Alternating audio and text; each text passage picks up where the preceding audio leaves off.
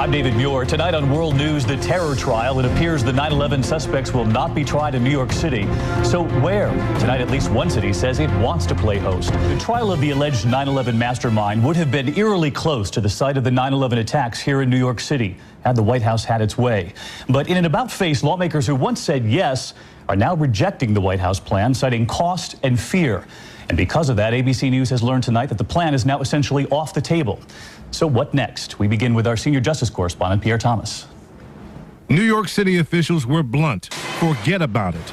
No to a plan to try alleged 9/11 mastermind Khalid Sheikh Mohammed and other suspected al-Qaeda leaders in New York City, just blocks from the World Trade Center site.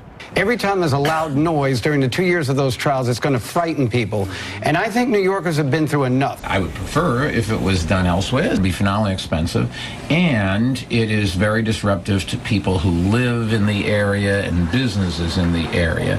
New York's police commissioner, who like the mayor initially supported the idea, has all but pronounced the plan dead. I think that seems unlikely. And there has been a chorus of the administration's New York Democratic allies saying no. There will be an increase in threat to New York if they're located here. And based on that advice, I really believe that the trial should be moved. They have made no commitments yet, but to me it's pretty obvious that they cannot have these trials here in New York. The Obama administration, caught flat-footed by the New York dissent, has now begun to look for other venues, a plan B. Among the locations that might be considered, West Point, Stewart Air National Guard Base, or the Newburgh Courthouse in a city facing economic challenges. Outside of New York, other possibilities include the federal courthouse in Washington, D.C., but that could pose some of the same security issues as New York. The courthouse is only blocks from the Capitol. And Alexandria, Virginia, where al-Qaeda operative Zacarias Moussaoui was tried.